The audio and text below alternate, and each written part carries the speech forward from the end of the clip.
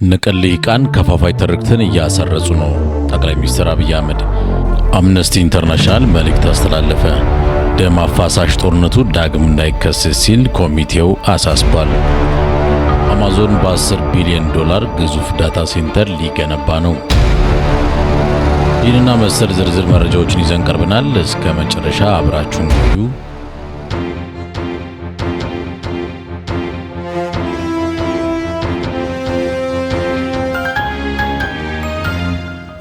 ንቅል ልሂቃን ከፋፋይ ትርክትን እያሰረጹ ነው ሲሉ ጠቅላይ ሚኒስትር አብይ አህመድ ገለጹ። ጠቅላይ ሚኒስትር አብይ አህመድ በሶስተኛው ቃለ መጠይቃቸው ስለ ግብርና፣ ስለ ትርክትና ስለ ተተኪ አመራር ማፍራት ሰፋ ያለ ማብራሪያን ሰጥተዋል። ጠቅላይ ሚኒስትሩ ትርክትን በተመለከተ ኢትዮጵያ ገዝፋና ጸንታ ለልጆቻችን ማሸጋገር እንድንችል አብሮነትን ታሳቢ ያደረገ ትርክት መከተል ያስፈልጋል ያሉ ሲሆን ሰዎች ትርክት ችግር መሆኑን የሚገነዘቡት በብሔር በሃይማኖት ስለምንጨቃጨቅ ከፋፋይ ነገር ስለተነገረን በሚል ብቻ እንዳልሆነ ጠቅሰው ትርክት በየቀኑ ለልጆቻችንና ለራሳችን የምንነግረው ነው ብለዋል። በትምህርት ቤት የማትችል የማታውቅ የማይሳካል ሰነፍ ወይም ከነገሌ የምታንስ የሚሉ ትርክቶች በየቀኑ የሚሰሙ ጉዳዮች መሆናቸውን ገልጸው በአሸናፊና ተሸናፊ ስነ ልቦና የተሞላው የዕለት ውሏችን የትርክት ውጤት ነው ሲሉ ጠቅሰዋል። መምህራንና ጓደኞች የሚፈጥሩት አሉታዊ አገላለጽ የሰውን ውስጣዊና ስነ ልቦናዊ እየሰበረው ስለሚሄድ መጨረሻ ላይ ሙሉነት ያለው እሳቤ ማሰብ እንደሚቸግር አስገንዝበዋል። እንደዚህ ያሉ ቅስም ሰባሪና ህልውና አዋኪ ንግግሮች ተሰናስለው አደገኛ እንደሚሆኑ ጠቅሰዋል። በተቋም በተደራጀ ኃይል ደግሞ ሲሆን ውስጡን እያደቀቁ ይሄዳሉ ብለዋል። የእሱ ዘር አይረባም፣ ያንተ እምነት እንደዚህ ነው፣ ያንተ ትምህርት እንደዚህ ነው፣ የእሱ አይረባም የሚባለው ቋንቋ በጥፊ በቦክስ በጥይት እንደመመታት ስለማይታይ ነው እንጂ ውስጣችንን እያደቀቀ የሚሄድ ነው ሲሉ ተናግረዋል። በብሔሩ ባያስብ በራሱ የማይተማመን በርካታ ሰው ፈጥሯል። በሃይማኖቱ ባይመካና በሃይማኖቱ ሰው ባይሳደብ በራሱ ሙሉነት የማይተማመንና ከማድረግ ይልቅ በመታዘብ የሚያሳልፍ ብዙ ሰው ፈጥሯል ብለዋል።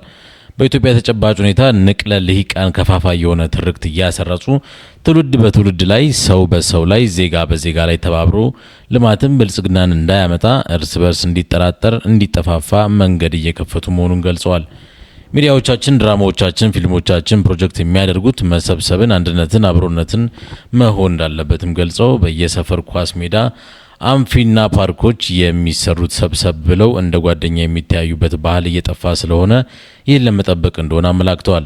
በሌላ በኩል ጠቅላይ ሚኒስትር አብይ አህመድ ባደረጉት ቃለ ምልልስ ኢትዮጵያ ተረጂነትን የምትጸየፍና ይህን ለመቅረፍ እያከናወነቻቸው ያሉ አበይት ስራዎች አብራርተዋል። ተረጂነት በተለይ በኢትዮጵያ ተጨባጭ ሁኔታ በጣም አሳፋሪው ነገር ነው ሲሉ በአጽንኦት ገልጸዋል። ይህ ትውልድ ጨክኖ ከዚህ አሳፋሪ ነገር ኢትዮጵያ መገላገል አለበት ያሉት ጠቅላይ ሚኒስትሩ እኛ ተረድተን ተረጂነትን ማውረስ የለብንም፣ እኛ ለምነን ልመና ማሸጋገር የለብንም፣ እኛ ጋር መቆም አለበት ብለዋል። ኢትዮጵያ ውስጥ ካጋጠመን የስነ ልቦና ስብራት አንዱ ከተረጂነት ጋር የሚያያዝ ነው ያሉት ጠቅላይ ሚኒስትሩ አሳፋሪ የሆነው ተረጂነት ጌጥና ክብር መሆን የለበትም ሲሉ ገልጸዋል። እንደ ሀገር እምነት ወይም እሴት መሸርሸር አስፈሪ ነው። ለምሳሌ በሴፍቲኔት ለመታቀፍ ሲሉ ጥሪታቸውን የሚሸጡ መኖራቸውን በጥናት አረጋግጠናል። ድሃ ለመባል ያሏቸውን እንስሳት እንደሚሸጡ ጥናቱ አመላክቷል ብለዋል በማብራሪያቸው። በ2013 ዓ.ም ኢትዮጵያ 27 ሚሊዮን ገደማ ተረጂ እንደነበራት አውስተው በዚህ ዓመት ያለው የተረጂ ቁጥር 3.9 ሚሊዮን ብቻ መሆኑን አስታውቀዋል። ከ3.9 ተረጂዎች ከ1 ሚሊዮን በላይ ያህሉ በውስጥ ግጭቶች ከቀያቸው የተፈናቀሉ ናቸው። በፍጥነት ወደ መኖሪያቸው ሲመለሱ የተረጂ ቁጥር በአጭር ጊዜ ይቀንሳል ብለዋል። መንግስት ባስቀመጠው እቅድና ህዝባችን በነበረው መንገድ ድጋፉን አጠናክሮ ከቀጠለ የኢትዮጵያና የእርዳታ ጉዳይ ቢበዛ 2 ዓመት ነው፣ ከዚያ በላይ አይቀጥልም ሲሉ አመላክተዋል። ጠቅላይ ሚኒስትር አብይ አህመድ ተተኪ አመራር ለማፍራት ወጣቶች ላይ የተሰራ ያለውን ስራ አብራርተዋል። የአንድ አመራር መለኪያው በበቂ ሁኔታ ተኪዎች የማዘጋጀትና የመፍጠር አቅሙም ጭምር ነው ያሉት ጠቅላይ ሚኒስትሩ ወጣቶችን ማዘጋጀት አስፈላጊ እንደሆነ በተግባር እናውቀዋለን ሲሉ ተናግረዋል። ነገን በማሰብ በመንግስትም ሆነ በፓርቲ ወጣቶችን መሰረት በማድረግ በስራና ስልጠና ላይ ትኩረት መስጠቱን አንስተዋል። መሪነት የእውቀት ብቻ ሳይሆን የክህሎትና የጥበብ ጭምር መሆኑን አስገንዝበው ለዚህም መውረድና መውጣት ያስፈልጋል፣ በዚህ መንገድ ማለፍ ያስፈልጋል ነው ያሉት። በሌላ በኩል ጠቅላይ ሚኒስትር አብይ አህመድ ግብርናው በተመለከተ በኢትዮጵያ ሰፊ የሆነውን የቆላ መሬት አበክረን መጠቀም አለብን ብለው አብራርተዋል። ቆላ ችግር አይደለም፣ ለቆላ አካባቢዎች ያለን እይታ መቀየር አለበት ያሉት ጠቅላይ ሚኒስትሩ ባይታይ ነው እንጂ ቆላ ውስጥ ሀብት አለ፣ ቆላ ውስጥ ለኢትዮጵያ ብልጽግና አጋዥ የሆኑ ጉልበቶች አሉ ሲሉ ገልጸዋል። በመሆኑም ቆላማ አካባቢዎች ባላቸው ጸጋ ልክ መሬቱን ውሃውንና ሰውን እየደመርን በሚፈለገው ልክ ለልማት ማዋል ይጠበቃል ነው ያሉት። በኢትዮጵያ የቆላ ሀብት ሀገሪቱን የማልማት አቅም እንዳለው ገልጸው ለምሳሌ የደቡብ ኦሞን የተፈጥሮ ጸጋ በማንሳት በዚህ አካባቢ ከፍተኛ የውሃ አቅም ያለው 145 ኪሎ ሜትር መስኖ መሰራቱን አስረድተዋል። ቆላ በኢትዮጵያ ሰፊ ነው። ቆላ ማለት በቀላሉ በማሽን ለማልማት የሚመች መሬት መሆኑን አስገንዝበው መሬቱን ብቻ ሳይሆን ሰውን ደምረነዋል። ቀደም ሲል የነበረው አጋር የሚባል የለም፣ አሁን ሁሉም እኩል እንዲታይ አድርገናል ብለዋል። ኢትዮጵያ በአፍሪካ አንደኛ ስንዴ አምራች መሆኗን አረጋግጠው አንደኝነት ብቻ ሳይሆን በአገሪቱ ሁለተኛ አምራች የሆነችውን ግብፅን በ3 እጥፍ ትበልጣለች ነው ያሉት። ቀጣዩ መረጃ ስናልፍም አምነስቲ ኢንተርናሽናል መልእክት አስተላለፈ። አምነስቲ ኢንተርናሽናል በመንግስት ቸልተኝነት በግጭት እናም በአየር ንብረት ለውጥ ሳቢያ በድርቅ በተጎዳችው ትግራይ የህዝቡ የዕለት ተዕለት ኑሮ በህይወት የመቆየት ወይም አለመቆየት ትግል ሆኗል ሲል የዓለም የአካባቢ ቀንን በማስመልከት መልእክት አስተላልፏል። ድርጅቱ በጦርነት በግጭቶችና በመፈናቀል ሳቢያ በዓለም ዙሪያ በሚሊዮኖች የሚቆጠሩ ሰዎች ንጹህ አየር፣ የመጠጥ ውሃና መሬትን ጨምሮ ደህንነቱ የተጠበቀና ጤናማ አካባቢ ተነፍጓል። ሁሉም መንግስታት የሰዎችን የውሃ የማግኘት መብት እንዲረጋገጥ ድርጅቱ ጠይቋል። ደም አፋሳሽ ጦርነቱ ዳግም እንዳይከሰት ሲል አሳሰበ። ኮሚቴው የጠለምት አማራ ማንነት አስመላሽ ኮሚቴ ከሰሞኑ በኤርትራና በትግራይ መካከል ያለውን መቧደንና የህወሓትን ጸባጫሪ ቃላት በመመልከት በአካባቢው ዳግም ደም አፋሳሽ ጦርነት እንዳይነሳ ሲል በመግለጫ አሳስቧል።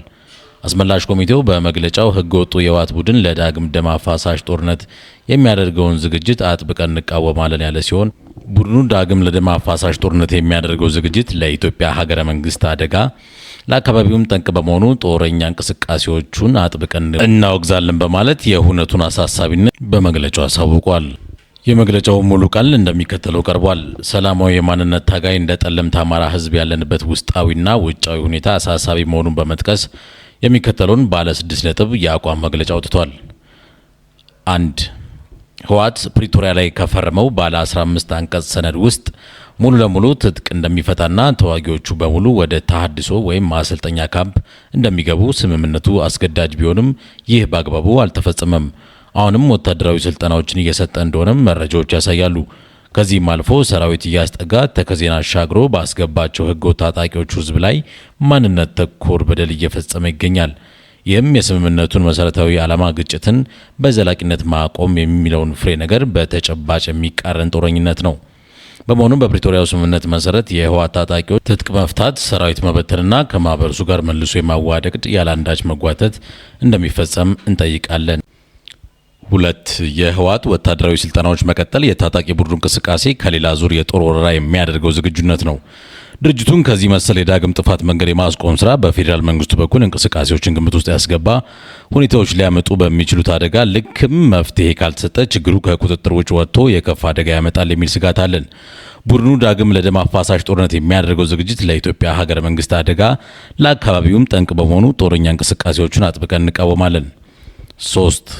የጠለምት አማራ ህዝብ ራስን በራስ የማስተዳደር ህገ መንግስታዊ መብቱን በሚጨፈልቅ መልኩ ወደ ዳግም የባርነት አገዛዝ ለመውሰድ ሁኔታዎችን የማወሳሰብ ሴራ ሸፍጦች አሁንም ቀጥለዋል። በተለይም መንግስታዊ ያልሆኑ ድርጅቶች የሚፈጸም ተግባራት አሳስበውናል። በአካባቢያችን የሚንቀሳቀሱ አንዳንድ መያዶች በወረቀት ከሰፈረው ከምስረት ዓላማቸው በሚቃረም መልኩ የፖለቲካ ዓላማ ማራመጃ ሆኖ መታየት ላይ ናቸው። ይህም የዘመናት የማንነት ትግላችን እያወሳሰበው በመሆኑ የፌዴራል መንግስት የክትትልና ቁጥጥር ስራዎችን በሚመለከተው አካል እንዲፈጽምና እንዲታረሙ እንጠይቃለን። አካባቢው ሰላም እንዳይሆን እያባባሱ የሚገኙ መያዶችን ማሳያ ከተፈለገ በዝርዝር እንደምናቀርብ እናሳውቃለን።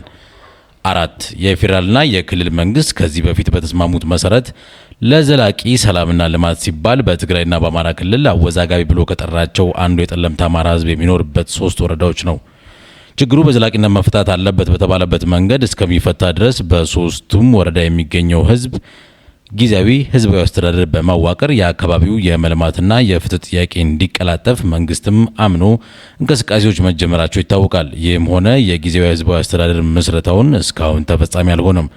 በእኛ በኩል በጠለምት 3ቱም ወረዳዎች ውስጥ እውነተኛ ተፈናቃይ የሆኑ የትግራይ ተወላጆች በሚኖሩባቸው ቀበሌዎች በቁጥር ድርሻቸው ልክ የሚሳተፉበት ህዝባዊ አስተዳደር እንዲቋቋምና ከህዝባችን የማንነትና ወሰን ጥያቄ ጎን ለጎን የመልማት ጥያቄዎቹ በኢትዮጵያዊ ዜግነቱ ሊያገኙ የሚገባ የበጀትና የልማት ማካካሻዎች እንዲሰጡት በድጋሚ እንጠይቃለን ብለዋል።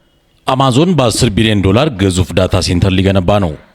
ግዙፍ የቴክኖሎጂ ኩባንያ አማዞን 10 ቢሊዮን ዶላር ወጪ በማድረግ እጅግ ግዙፍ የሆነ ዳታ ሴንተርና የአርቲፊሻል ኢንተለጀንስ ካምፓስ በአሜሪካ ሰሜን ካሮላይና ግዛት ሊገነባ መሆኑን አስታውቋል። የሚገነባው ዳታ ሴንተር ለክላውድ ኮምፒውቲንግ ማስፋፊያ እንዲሁም ለሰው ሰራሽ አስተውሎት ጥቅም ላይ የሚውል መሆኑ ተገልጿል። ፕሮጀክቱ በሚጠናቀቅበት ጊዜ 500 ለሚሆኑ ሰዎች የስራ ዕድልም እንደሚፈጥር ተነግሯል።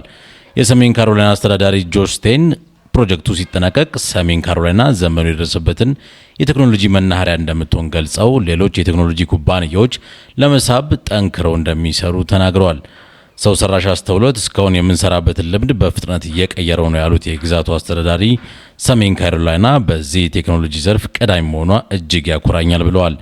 የአማዞን ድርጅት ከ2010 ጀምሮ በሰሜን ካሮላይና ከ12 ቢሊዮን ዶላር የሚሆን ኢንቨስትመንት ማከናወኑን ኤፒ ኒውስ ዘግቧል።